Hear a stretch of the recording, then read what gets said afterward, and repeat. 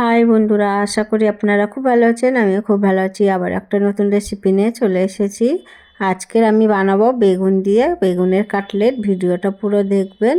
আর এটা কিন্তু শীতকালে ভালো ভালো বেগুন পাওয়া যায়, ফ্রেশ টাটকা টাটকা।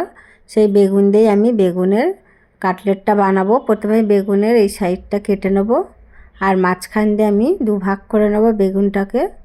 আপনারা চাইলে বড় বড় বেগুন দিয়েও করতে পারেন, তবে আমি ছোট ছোট হাতের কাছে যেটা পেয়েছি সেটা দিয়ে আমি বেগুনের কাটলেটটা বানাবো। আর বেগুনের আমি বোটাটা কিন্তু ফেলিনি, ওটা সমেত আমি কেটেছি, এতে দেখতে কিন্তু বেশি ভালো হবে। মাঝখান দিয়ে বেগুনটা দুভাগ করে নিয়েছি, আর বেগুনের ভেতরে এরকম একটা ক্রস চিহ্ন দিয়ে কেটে কেটে নিচ্ছি। এতে মশলাটা খুব ভালোভাবে বেগুনের মধ্যে ঢুকে যাবে, আর বেগুনটাও কিন্তু খুব তাড়াতাড়ি সিদ্ধ হয়ে যাবে, খেতেও কিন্তু দারুণ লাগবে। সব বেগুনগুলো এইভাবে আমি মাছ বরাবর কেটে ক্রস লাগিয়ে দিয়েছি। আর বেগুনের কিন্তু আমি দু সাইডেও একটুখানি হালকা করে কেটে নিয়েছি, পেছনের দিকটা কাটা হয়ে গেছে। আর বেগুনের মশলা দিচ্ছি ধনে পাতা, 5-6 কোয়া রসুন, 2-3 টুকরো আদা, 4টে কাঁচা লঙ্কা, আর একটা পাতিলেবু নিয়েছি, দুভাগ করে কেটে নিয়েছি। আর মশলাটা কিন্তু বেটে নেবো। ততক্ষণ আমি বেগুনের নুন আর পাতিলেবুটা খুব ভালোভাবে বেগুনে মাখিয়ে নিতে হবে। পাতিলেবুটা দিলে কিন্তু খেতে কিন্তু দারুণ লাগবে, এর টেস্টটা কিন্তু আরও বেড়ে যাবে।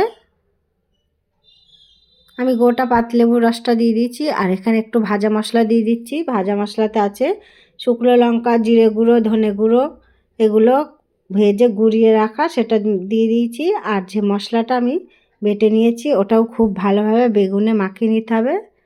এপিট উপিট উল্টে পাল্টে খুব ভালোভাবে মশলাটা মাখিয়ে নিতে হবে।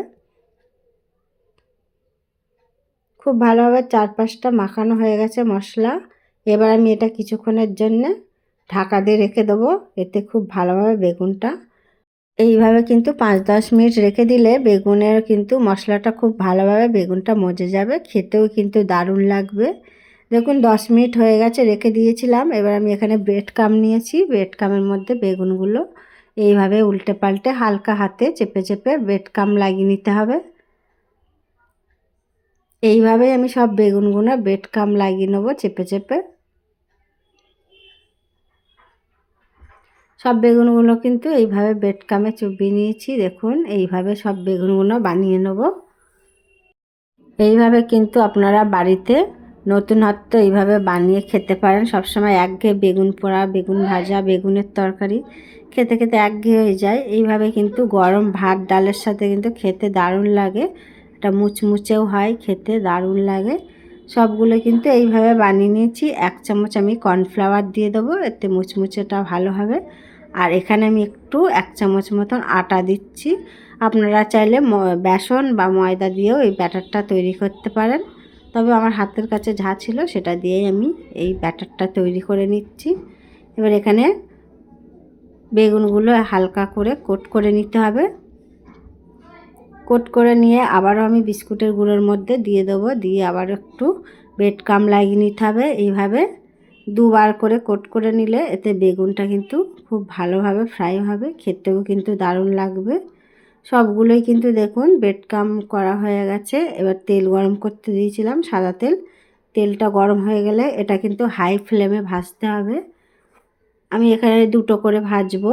তেলটা খুব ভালোভাবে গরম হয়ে গেছে, উল্টে পাল্টে ভেজে নিতে হবে। এইভাবে আপনাদের বাড়ির থালাতে এইভাবে বানিয়ে খাওয়ান, দেখবেন সবাই খুব নাম করবে, খেতেও ভালো লাগবে। এইভাবে কিন্তু উল্টে পাল্টে দেখুন একটা কালার আসা পর্যন্ত ভেজে নিয়েছি। এবার আমি তুলে নেব ওটা। সবগুলো কিন্তু এই একইভাবেই মুচমুচে করে ভেজে নিয়েছি,